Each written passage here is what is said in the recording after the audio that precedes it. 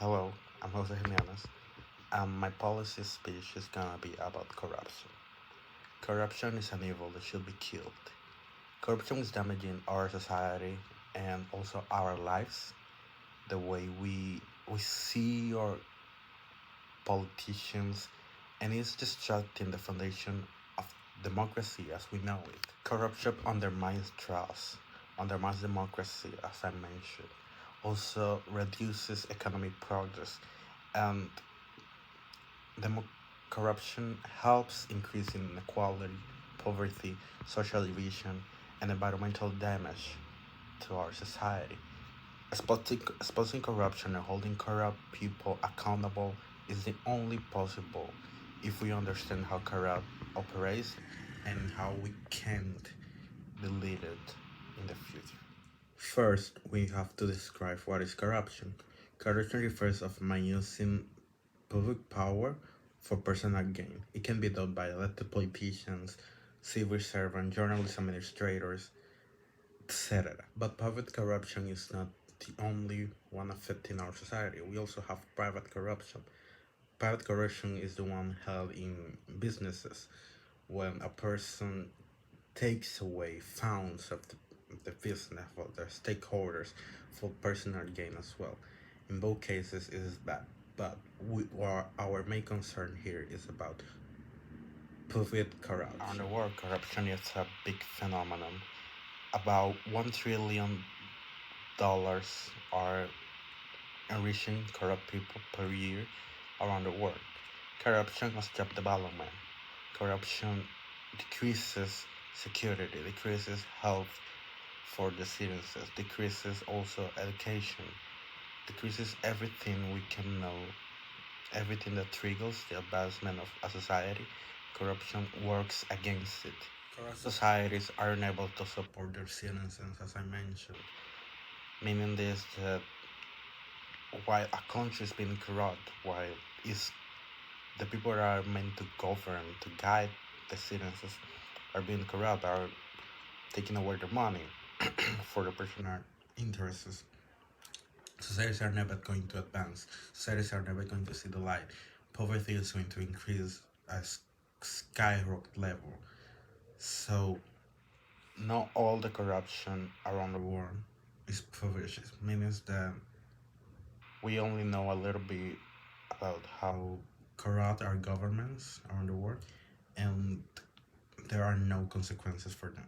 In my country, for example, Dominican Republic, corruption is a big deal. We have the 120th position of the most corrupt countries in the world, meaning that our levels of corruption are very high.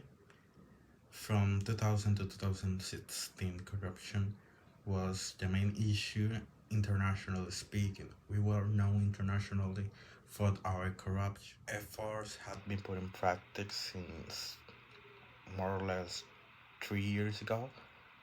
Since the new government came into office, we have now an independent judicial system which is trying to increase increase acts against those who commit corruption before, and also trying to make a secure environment for future governments in order for them to not to go accountable for their actions. With all this said, we cannot give up. It is not the end. Our country can be saved. The world can be saved against corruption.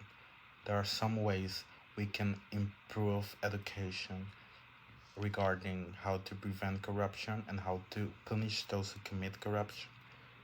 It is not, as I said, the end, and corruption is always going to be there, but we have to build the tools in order to defeat it and fight against it. There are ways to end or prevent corruption.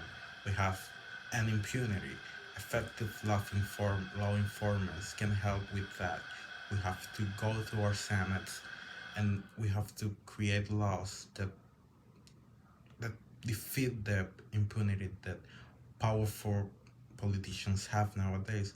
Also, we have to reform our public administration and finance sector meaning that it is going to be difficult for people to steal money from the government. Also, we have to promote transparency.